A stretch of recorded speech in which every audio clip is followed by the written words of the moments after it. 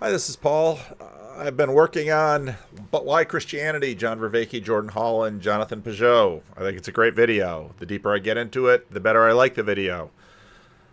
2 videos ago, I started with the end of the video. And I think actually, if you go, they've got chapters here on YouTube. If you go to We Can't Be Meta, that's a great place to start this because that sort of frames the conversation. As I said earlier, as with a lot of my videos, but especially with conversations, you kind of don't know what the conversation, how the conversation is going to gel, how the angel of the conversation or the spirit of the conversation is going to sort of land until you get to the end and it's all been done. And part of the beauty of, let's say, recorded conversations is that you can play around with time. You can listen to the end first, and then that end can then reframe everything that follows and leads up to it. And then I jumped in about 2/3 of the way through. The front part is excellent too, but I don't want to spend another video on this video. But I very much do want to get to this last section of the video that is entitled, Does the Infinite Love You? And Intimacy. Because I think,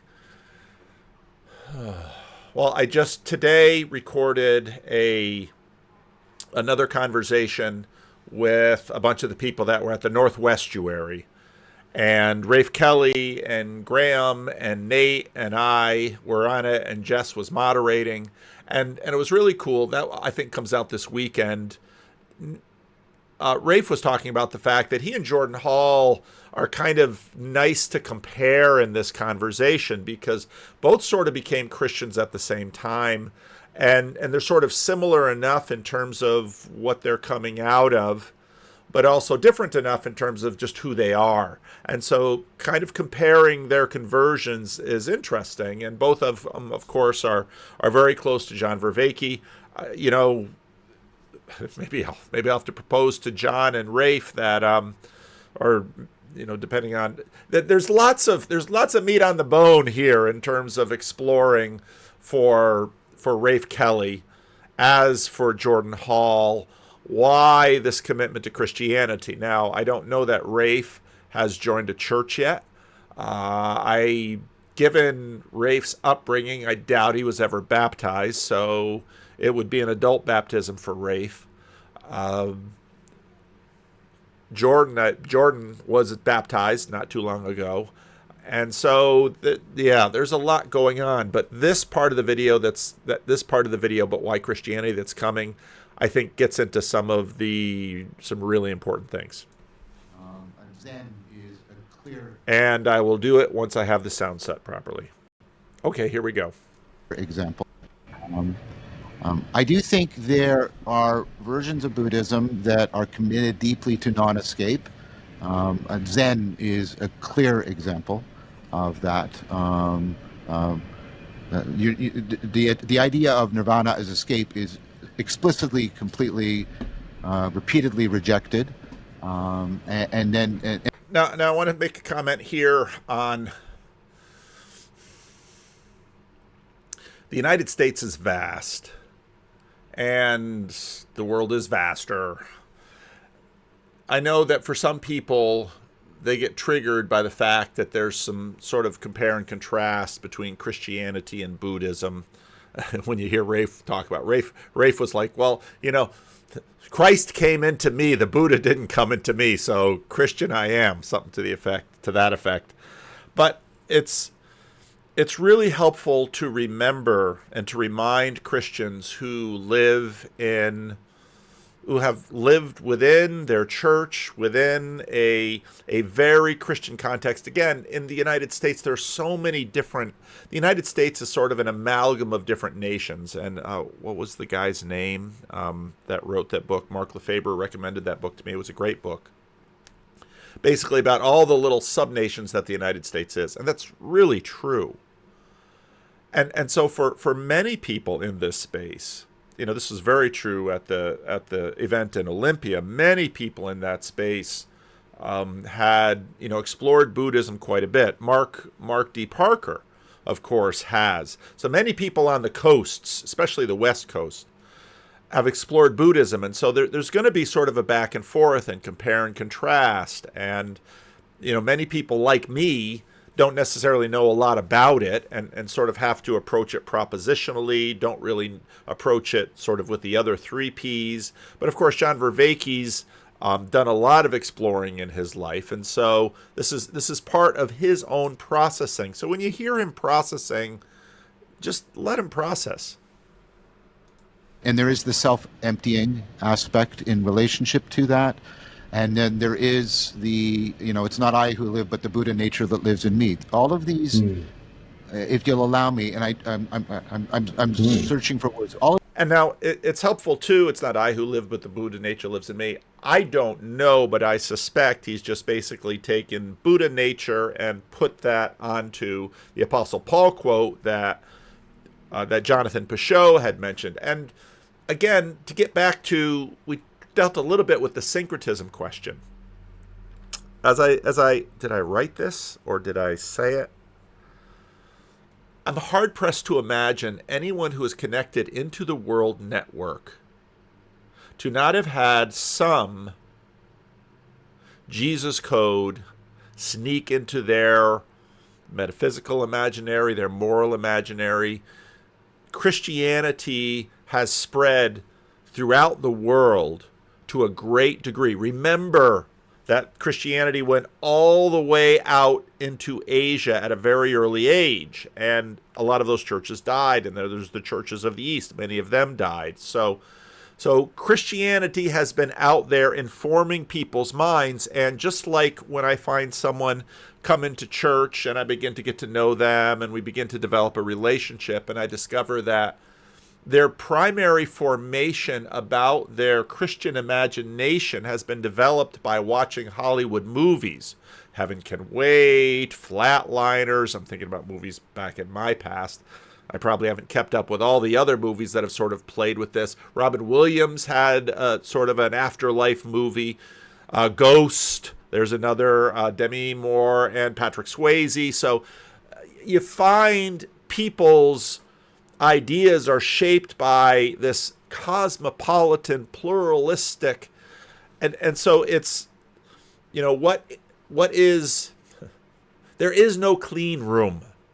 And even though I know a lot of the appeal for many people going to orthodoxy, because of course they claim that in some ways they have been able to maintain the tradition more rigorously and purely than the other traditions. Catholicism was, too influenced by Augustine or Latin or on and on and on and on. I'm not interested in any of those fights. They are interesting conversations at times, but we are so far down the road that everybody sort of has a lot mixed in with other traditions, and religious traditions, by virtue of how massive and penetrating they are, it's extremely difficult to sort of untangle things. And so then when someone goes through a very definitive step, like receiving baptism, but again, remember, we still have all the Christian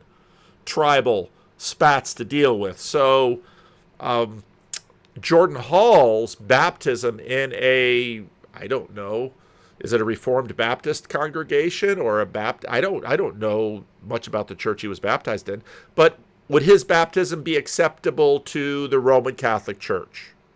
To every Roman Catholic Church? To any Roman Catholic Church? To an Orthodox Church? To every Orthodox Church? To any Orthodox Church? How about Protestant churches? So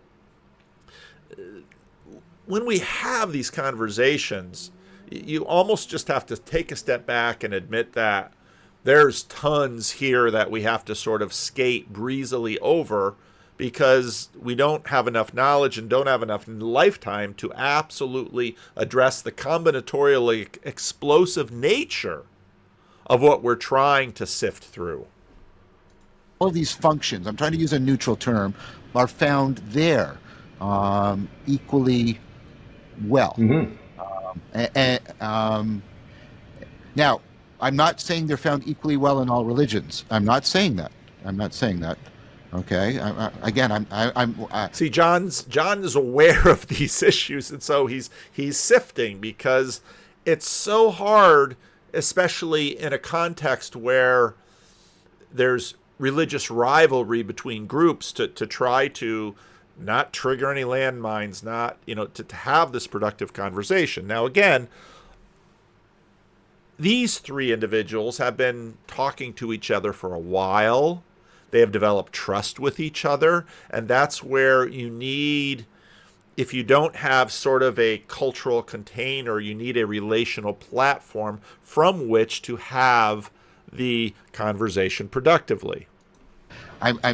You're doing what I'm asking you to do. You're showing me why this doesn't degenerate into, a liberal toleration kind of thing, right? So, what would you? Well, does go ahead. does Zen, let's say, formulate the infinite as relational to the finite? Yes. And so we can enter into emptiness is form, form is emptiness. Exactly, explicitly. Mm-hmm.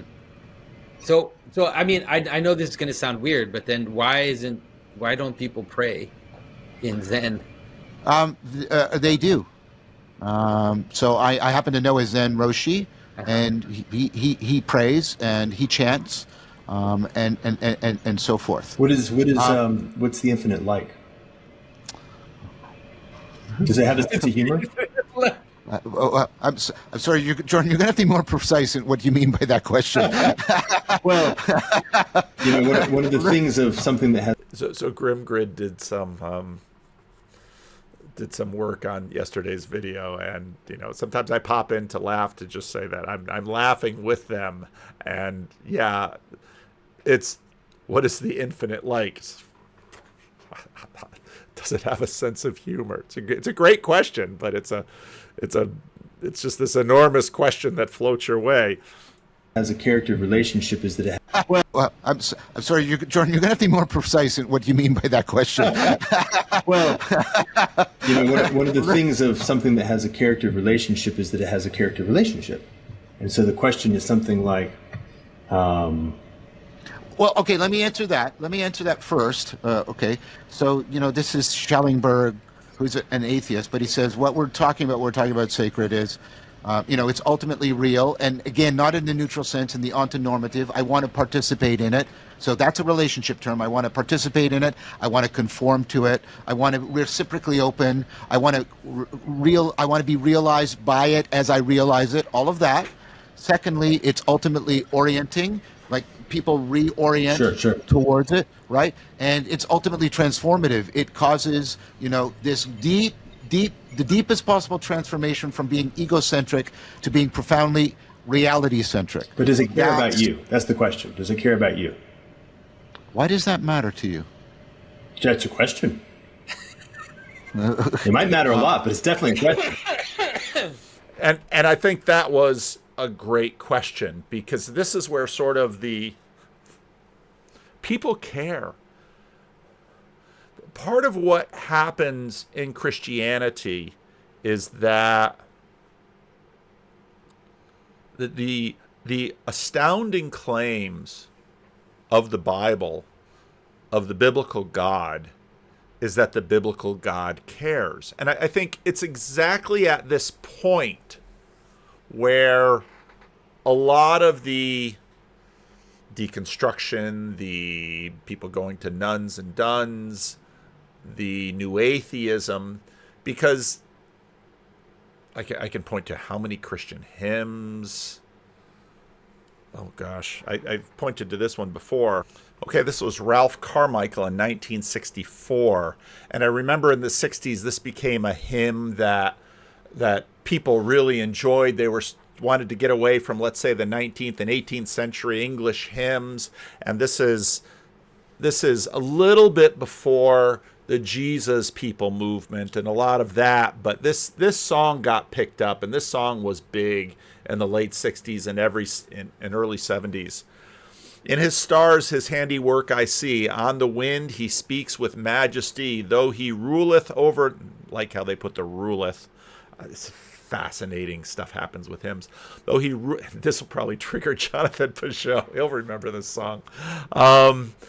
Though he ruleth over land and sea, what is that to me? I will celebrate nativity, for it has its place in history. Sure, he came to set his people free. What is that to me? Till by faith I meet him face to face, I feel the wonders of his grace. Then I knew that he was more than just a God who didn't care, who lives away out there. Now there's very God number 2 in there. Now he walks beside me day by day, ever watching o'er me lest I stray, helping me to find that narrow way. He's everything to me. There was a great comment that I can't find about God number 1, God number 2 with something that someone knew was in Hinduism, which stood to reason for me, because this personal versus impersonal is a very old question. And for me, when you, for example, when you read the Old Testament and you find the divine passive, and then you have questions about will, and so it's like passive is a structure that does a structure have will? Can we talk about the will of a law? See, this is where these things sort of get difficult in between. And so part of the power of, John nails it in the Peterson conversation. In fact, I think Michaela is still, I don't know who's running this, but they had it for the teaser. And think about what agape means. Jesus comes and the agapic way, the most excellent way, as Paul says, agape says, to the Roman people in the Roman Empire, we can take all the non-persons of the Roman Empire, all the women, all the children, all the widows, all the slaves, all the impoverished, all the non-Romans, and we can make them into persons, because we live the most excellent way of agape. And agape is the God power that turns non-persons into persons. Conquers the Roman Empire. And that's why. And the whole ancient world. And that's why it conquers the Roman Empire, right? Well, and the whole non-persons into agape, and agape is the God power that turns it's the God power that turns non-persons into persons. And so you can't have agape without caring. And so it's right at the heart of Christianity, that the audacious claim that despite the fact that by general revelation for many, many people, it simply appears that the world does not care. The wolf does not care about your baby. The tiger does not care about the goat. The cold does not care about hypothermia. The universe does not care. And Christianity has the audacity to say that its God cares. And in fact, it's that a God power of agape. Now, I'm not trying to, force John into a corner here, but that is the claim. And that is the audacious claim that energizes so much of Christianity. I was thinking, another one of these little videos that I didn't make. We've been having another one of our little dramatic moments in the corner over something, and I talked to Mark Parker about it. Yesterday I jumped onto his live stream. Mark has had a couple of videos about it processing, and I told him it's good that we process these things, because when we have these little dust ups, I know feelings can get hurt, but better that, thinking about Jordan Peterson and the Brett Weinstein conversation, Brett and Heather conversation, better that our feelings get hurt than our bodies get hurt and we get injured in some ways. So that's part of the reason that we have these little status immaterial avatars that we identify with, that go back and forth, that are always sort of tussling for status and all kinds of access and things. So let those feelings get hurt and let other things not get hurt. But part of the attention in the corner and in society is over people are getting away with things. Okay, people are getting away with things. Who will address what gets away with. And what video was that recently? Did Hitler get away with it? Did Stalin get away with it? Did Mao get away with it? Basically, Christianity says, similar to what Jordan Peterson says he learned from his patients, nobody gets away with anything. Okay, if that is the case, are we sort of into a realm of karma? Maybe it was Peterson and Bill Maher. Bill Maher says people get away with all kinds of things. Christianity asserts that God cares. Now, again, back to the video yesterday in terms of narrative. Christianity asserts that God's care goes all the way to the creation of the world, that the world was made from agapic love, because why else would the world exist? And now the atheists quite sensibly and understandably say, well, then why doesn't the lion lay down with the lamb? Well, of course, I picked that because of the book of Isaiah. And the book of Isaiah says the lion will lay down with the lamb. Okay.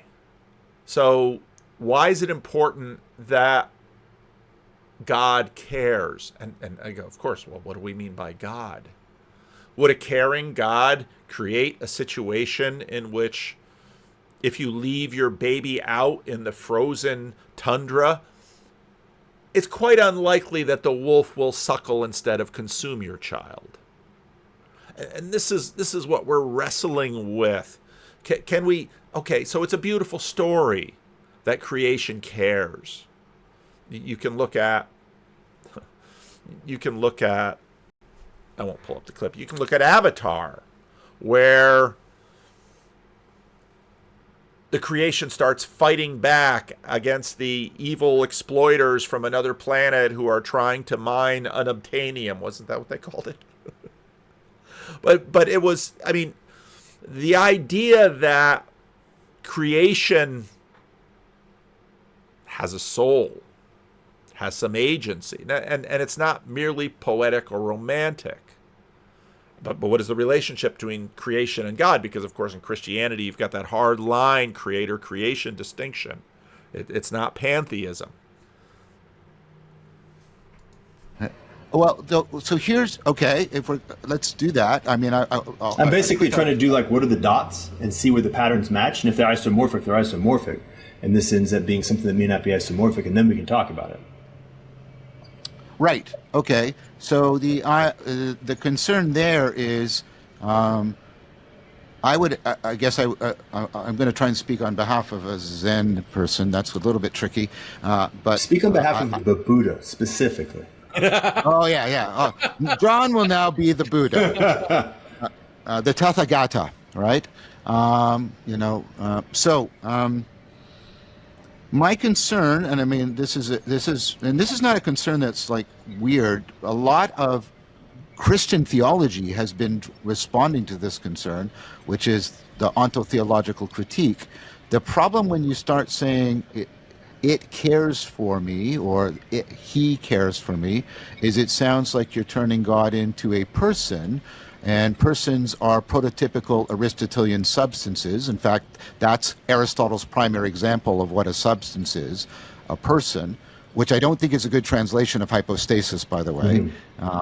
And it's like, that seems to me to be making a category mistake. If ultimate reality, I'm going to let you use the word God for what you're talking about, right? Because we're trying to see if the two meet. If ultimate reality is pure relationality in this non-escapist form of non-duality, that seems to preclude it from being any kind of thing. Mm-hmm.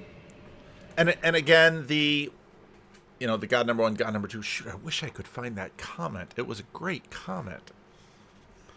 I found it. Oh, I found it on the Silk Road video. I was looking on the wrong video. Regarding God number one and God number two at about the 20-minute mark, the impersonal Brahman and the personal Bhagavan aspects of God is actually well traversed 1,200 years old subject in the religious discourse coming out of the Vedanta schools of India. Every time you say my idea of God number one and God number two, I get triggered. So you have this 2 cents coming. And what a great 2 cents it gives me. It was worth way more than 2 cents. Basically, both Vendatic parties agree number 1 and number 2 exist, and both even share the same seminal texts. They even largely agree that the phenomenal world arises out of a sort of transjectivity between God number 1 and God number 2. In other words, it's not either or argument. Rather, the discussion is around whether the personal or impersonal aspects assert primal causal agency or contingency in the universe. And I think that's right. So when like I've said many times with people, God number 1 and God number 2, it's like, these are two. It's like I've got this stuff that gets flying at me, and I got to put it in one bucket instead of another, and all of this talk in Christianity about the will of God, and there's all of these ways in Christian theology, and especially practical Christian theology, to sort of is this God's permissive will or is this God's perfect will? I mean, people go back and forth, and then you just have the fact that seemingly impersonal structures have, I'll say it this way, arenas have agentic qualities that we recognize and engage with. And this goes all the way back to an early conversation I had with John Vervaeke about the fact that, about the spirit of finesse and the spirit of geometry. We engage with sufficiently complex, even complicated objects, including hyper objects. Almost always we default to the spirit of finesse, and we act as if they're agents. And people do this all the time. I think, again, back to the point that I made in that earlier video, whatever we imagine these things are as such, or even things that we shouldn't even use the word thing for, because our imagination of thing is too much like an Amazon box. I'll get some of those around here. I should take them up and hold them up as illustrations. We're wrestling with this. Not that the following analogy fully fits, but it might make it more understandable. But that long ancient discussion is more around which aspects of number 1 and number 2 is master and which is emissary. Ooh. Since the master occupies a space of primacy before his emissary, hence the personalist school and the impersonalist school. And again, for me, I would say that the personalist, I'm more comfortable seeing the personalist as primary, as the master, because we as agents set up all kinds of impersonal structures around us. We do it regularly. These positions are vouched for on the authority of many of the same texts, so the discussion obviously has its cerebral propositional depths. However, beyond such assertions for or against, or the brain power to make them, or the spare time to hear them, how one actually enters the question, God is primarily number 1 or number 2, is couched in embodied language. In other words, to bring this home to your video, the game be split between community and techno-political solutions as primary solutions to the meta-crisis seems to be a split between the attitude of a universe chaired by God number 2 with a number 1 emissary and God number 1 with a God number 2 emissary. I didn't recognize Canoop 5141, but what a comment. Have I pinned? I'll have to pin this comment. I might have, yeah, anyway. On the face of it, questions about how the universe is run might seem like a heady topic, but the answer is not couched in what one ostensibly asserts or rejects theologically. Rather, the power one turns to, such as, for example, in response to the metacrisis, establishes how one answers this. This is why religious groups, even though they may ostensibly assert uniform assertions, adherence to propositions, orthodoxy or catechism, are liable to get split on the anvil of the metacrisis, politics, etc. This divisiveness isn't a cutting play to determine saintly from satanic agency within the congregation or broader society, but rather a staggering field according to how we individually and collectively carry realized embodied knowledge. Okay, I can go back to listen to my video is not worthy of that comment. I'm sorry. I think that comment is more important than the video. I must pin it. I pause. Okay, the comment is pinned, and it's pinned on the Silk Road video.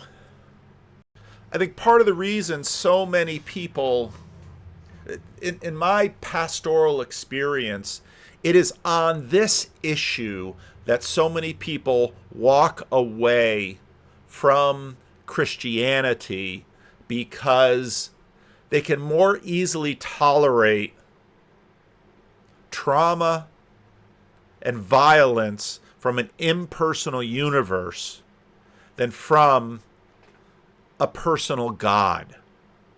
Because if it's from a personal God, it's personal, and if it's from an impersonal universe, it's random and no one is to blame. And so many people who leave Christianity leave brokenhearted. Because what the trauma they experience in their life is a betrayal of a trust. And that's why it's often people who have been, they've been deeply committed, they've been deeply in love, they've been deeply there, that when they were cut, it was a betrayal. Now, of course, in Christianity, my God, why have you forsaken me? Anyone who feels so betrayed can look to Jesus on the cross and find community. And the fact is that so often when I watch people walk away feeling betrayed, what they exchange for serves them less. I remember in C.S. Lewis's The Horse and His Boy, there's an episode when a lion is chasing and the lion attacks. And the boy and the horse.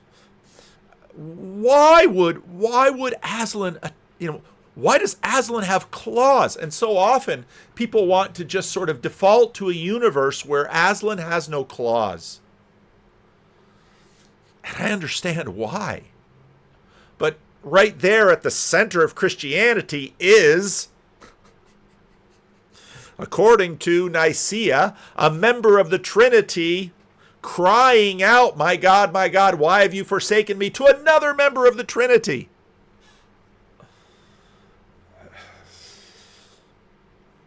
There's a reason this religion just can't seem to be put down. There's a reason, as Chesterton says, this God seems to know his way out of the grave. So, I mean, you could. I mean, I think we're using analogies here, but obviously it's hard to talk about this. Yes, it is. It is. So I think the way to understand Jordan's question, which is perfectly legitimate from a Christian standpoint, because we say God loves me, right? And so yeah, but I don't love my child because they love me. That's not agape. Right, and this is where, when I'm listening to this section, I don't know if I'm going to be able to get through this video. I've got Bible study tonight.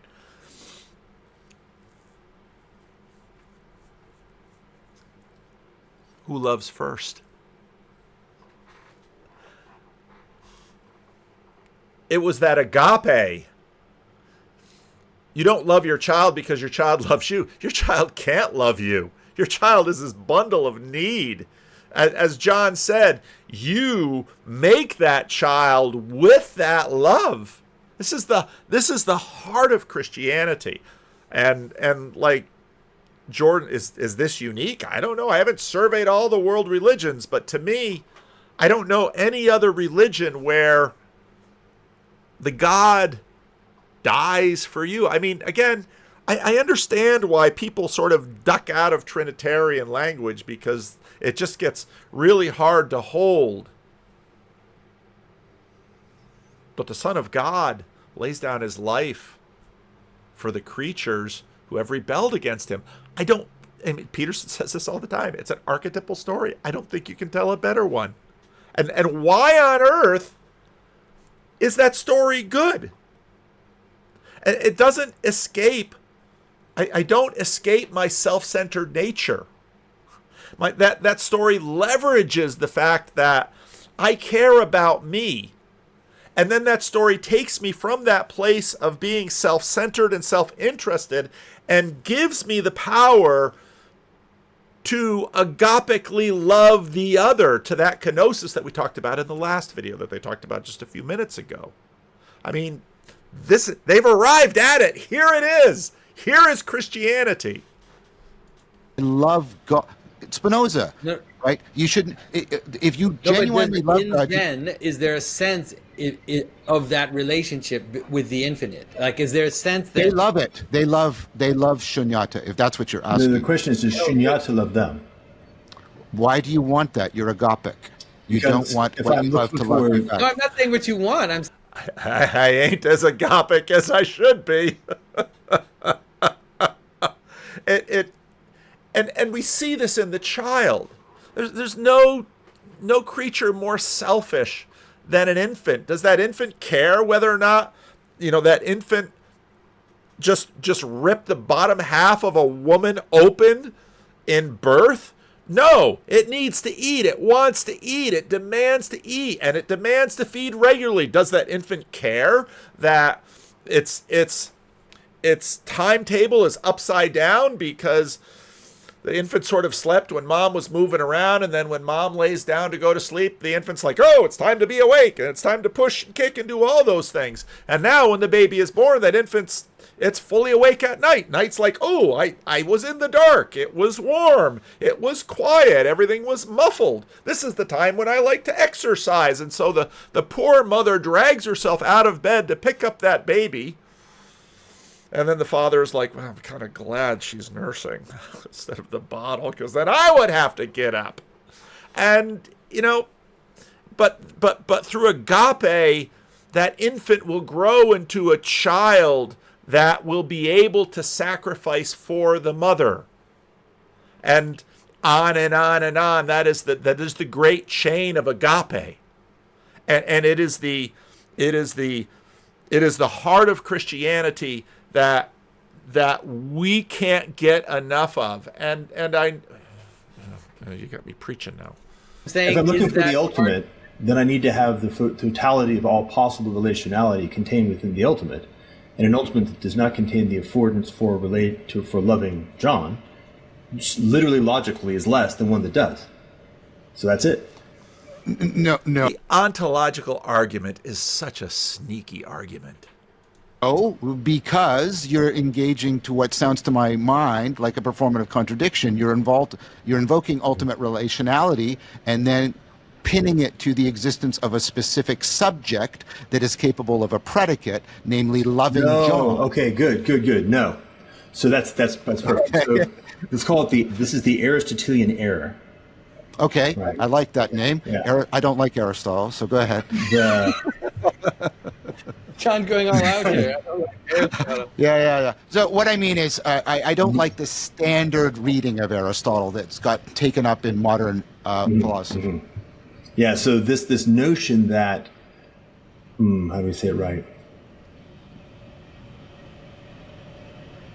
For God to love you, God must be a person in the sense of a substance. Mm-hmm. It's not right. Yes, we agree on that then. And so Yeah. for love to unfold the infinite qualities that are intrinsic to the nature of love, it must include within itself the quality of loving John.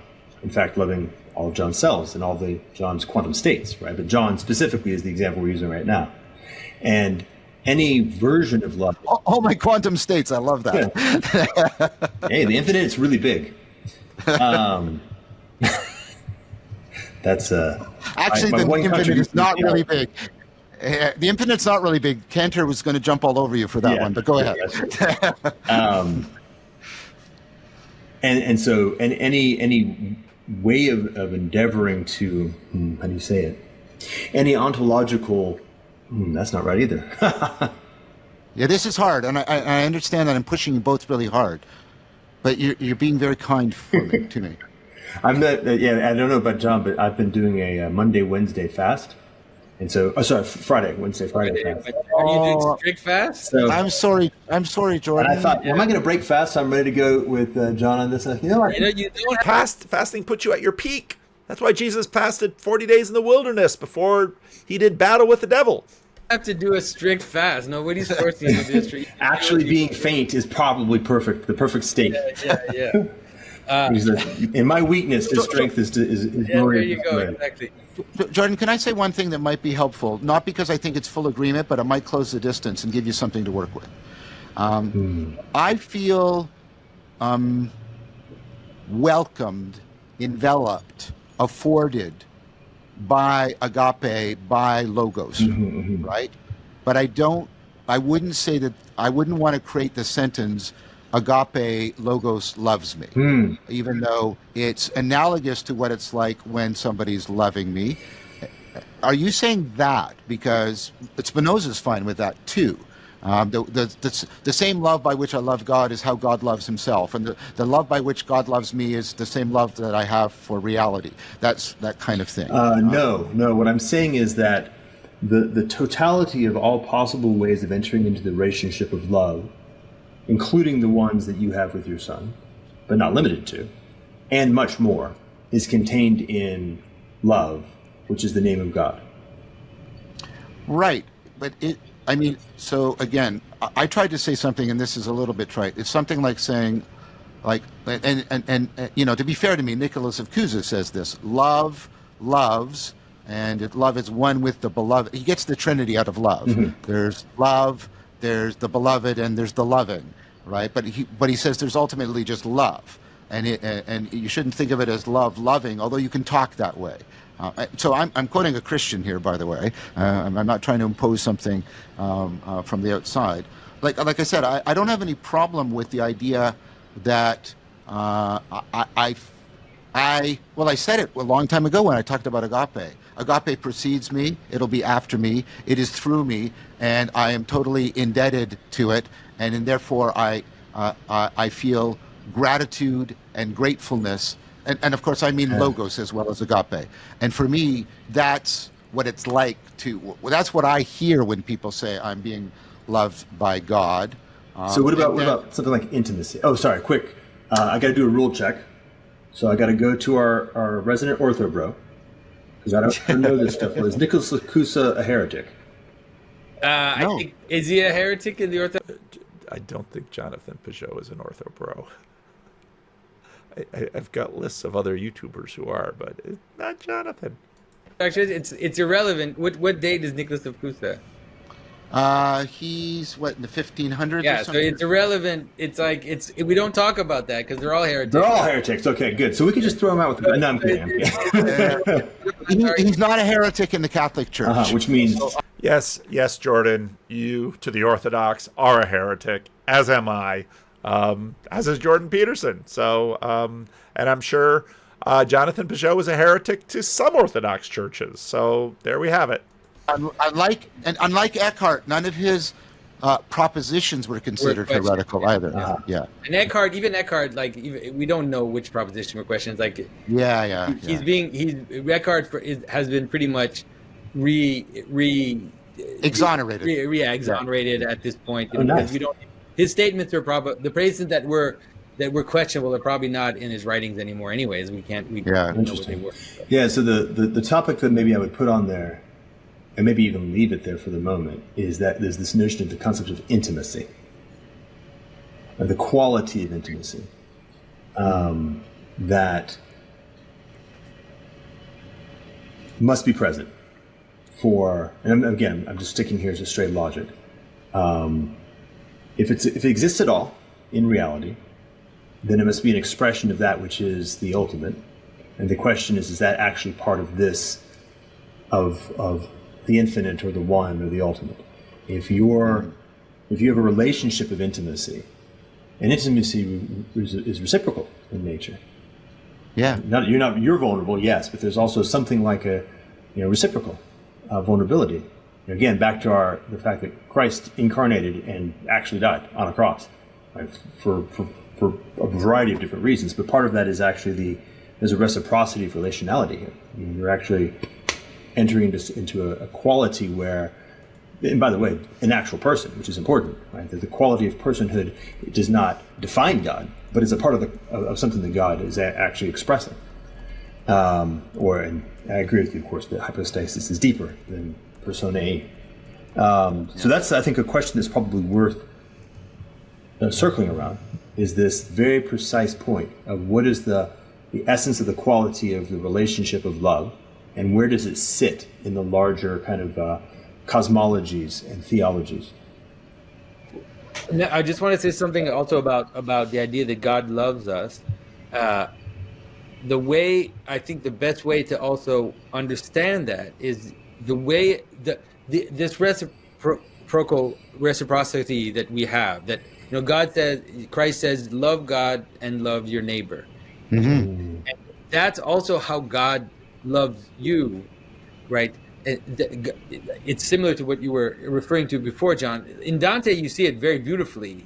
We're actually doing a class on Dante right now, and the sense that God, the people that come into your life with love, that you enter into a loving relationship with, they are the call to love God. They are in some ways the draw. They're drawing you into the love of God by their love, right? You have this. And of course, Augustine, that the love of God comes to us through, and this is where, of course, sort of the one and the two, the structure of the universe is such that mothers give birth and raise up children at the risk of their lives and the cost of their lives and the expense of their lives. That God's love is mediated through the world, through the natural order. And so the number one and number two are, in some ways they can't be separated, but I make the distinction because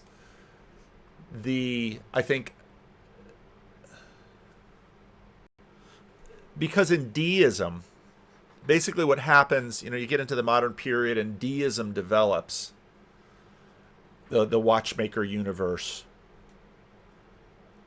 God number one is sort of taken out. And so again, back to Jordan Peterson and Sam Harris, in that conversation, when I'm listening to Jordan Peterson describe God through the creation, through the order of creation, that's God number one. And Sam Harris is, a God you can talk to, a God you can pray to, a God you can relate to. And again, these categories were all over the Jordan Peterson, Brett Weinstein video. So, some of the point that Jonathan is making here. Beautiful image in the why all the J names? Why all the J names? In the comedy where basically it doesn't even say that God called, like, because it's too high, but there's a sense in which the Mother of God, the Virgin Mary, calls upon Dante's patron saint, who then calls upon Beatrice, Beatrice then goes and gets Virgil, and now Virgil comes to encounter Dante, and so you have this chain of love which moved up, right, the ontological ladder. And you can see the medieval period had a lot of God number one. And I think this is some of what triggers the new atheist and the Enlightenment, and many Enlightenment thinkers. I think, even Voltaire, of course, deism really gets going during the Enlightenment. And so they sort of wring God out of that chain. And so there's no mediator between God and man except Christ Jesus. But of course, when you have all of this thought about mediation, Jesus seems a little too high. So maybe an angelic messenger who can bring. And of course, there's, to my Protestant friends, there's tons of that in the Bible. What on earth were the angels, going up and descending up Jacob's ladder? And what are angels? And so, of course, now with sort of the recession of modernity, the recession of some of this Enlightenment, we're having a bigger appreciation for God number one.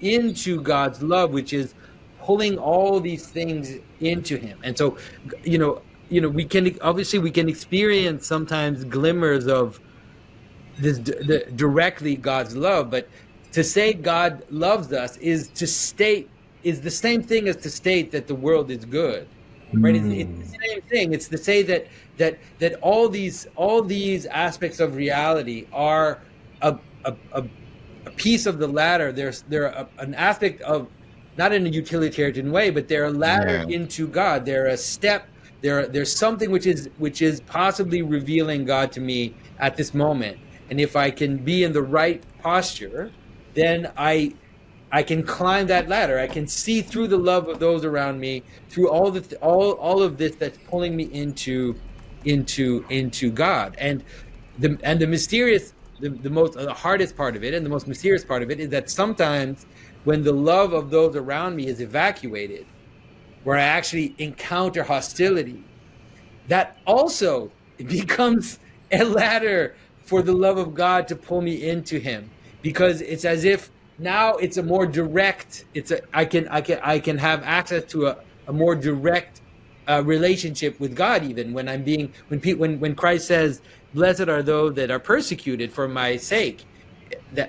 There's both of those are ways in which we can have this experience of the way that God loves us, both through the hierarchy of love of all the others, but then also when we are attacked and for wrong reasons. And so, in other words, when you're crying out for, it's not dissimilar to John Calvin's. I'll read it. This is John Calvin's commentary on the book of Genesis. Moreover, it is not said that Satan or any mortal man wrestles with Jacob, but God himself, to teach us that our faith is tried by him. And whenever we are tempted, our business is truly with him, not only because we fight under his auspices, but because he, as an antagonist, descends into the arena to try our strength. This, though at first sight it seems absurd, experience and reason teaches us to be true. For as all prosperity flows from his goodness, so adversity is either the rod with which he corrects our sins or tests our faith and patience. And since there is no kind of temptation by which God does not try his faithful people, the similitude is very suitable. Randy Blackader, who was a colleague of mine at Calvin Seminary, is working on a fresh translation of Calvin's Institutes, which is really long overdue. This isn't even in the Institutes, this is in the commentaries. Calvin wrote so much that, these translations do get old and are either good or bad because they're old. Therefore, what was once exhibited under the visible form of our father Jacob is daily fulfilled in the individual members of the church, namely that in their temptations it is necessary for them to wrestle with God. He is said indeed to tempt us in a different manner from Satan, but because he alone is the author of our crosses and afflictions, and he does create light and darkness, as declared in Isaiah, he is said to tempt us when he makes a trial of our faith. But the question now occurs, who is able to stand against an antagonist, capital A, at whose breath alone all flesh perishes and vanishes away, at whose look the mountains melt, at whose word or beck the whole world is shaken to pieces, and therefore to attempt the least contest with him would be insane temerity. But it is easy to untie the knot, for we do not fight against him except by his own power and with his own weapons. For he, having challenged us to this contest, at the same time furnishes us with the means of resistance, so that he both fights against us and for us. In short, such is his appointing of this conflict, that, while he assails us with one hand, he defends us with the other. Yea, inasmuch as he supplies us with more strength to resist than he employs in imposing us, we may truly and properly say that he fights against us with his left hand and for us with his right hand. For while he lightly opposes us, he supplies invincible strength whereby we overcome. It is true he remains at perfect unity with himself, but the double method in which he deals with us cannot be otherwise expressed than in striking us with a human rod. He does not put forth his full strength in the temptation, but that in granting the victory to our faith, he becomes in us stronger than the power by which he opposes us.